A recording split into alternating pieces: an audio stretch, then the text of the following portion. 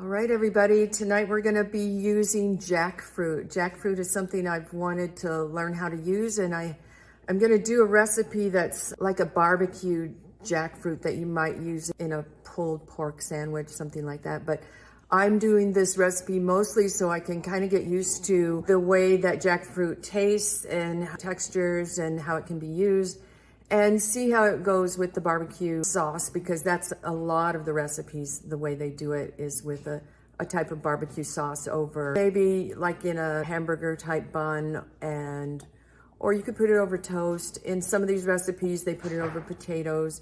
I won't be doing it over potatoes tonight because I had those earlier in the day, but I will be doing it over, for me, I'm gonna do it over some chopped greens. And this recipe starts with the barbecue sauce. The barbecue sauce is made with, I'm going to show you all the ingredients here. So let's just set this up so you can see as I get started.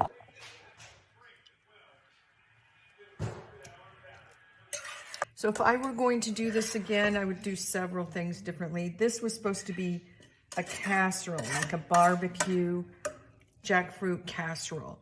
And it was supposed to be in the oven, made with potatoes on the bottom, and then this over the top, and then bake it.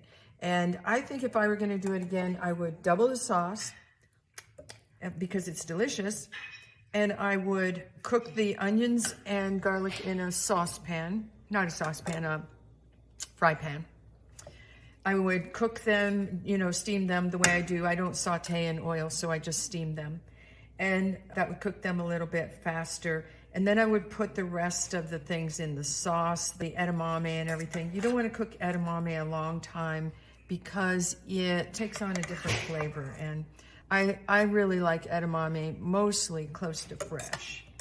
It just has a nicer flavor. But I am going to try this over my greens. You can put it over rice. That's another great way. Rice, brown rice, whole grain wheat, farro, spelt, any of those whole grains. You can use it over anything like that. It would be very good underneath this pasta. You could use whole wheat pasta or bean, lentil pasta, that kind of thing.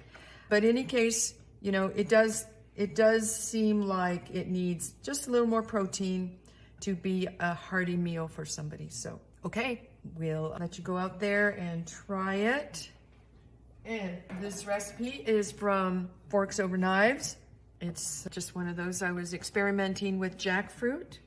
The jackfruit is very easy to work with and also does really seem to take on the flavor of whatever sauce you're putting with it. So don't hesitate to use it in things. Chop it up like this, use it in whatever.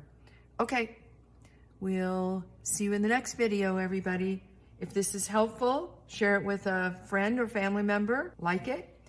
If you don't have somebody to share it with, have YouTube do it, just like it, and they'll find somebody. And if you haven't already, like and subscribe, and we'll see you in the next video.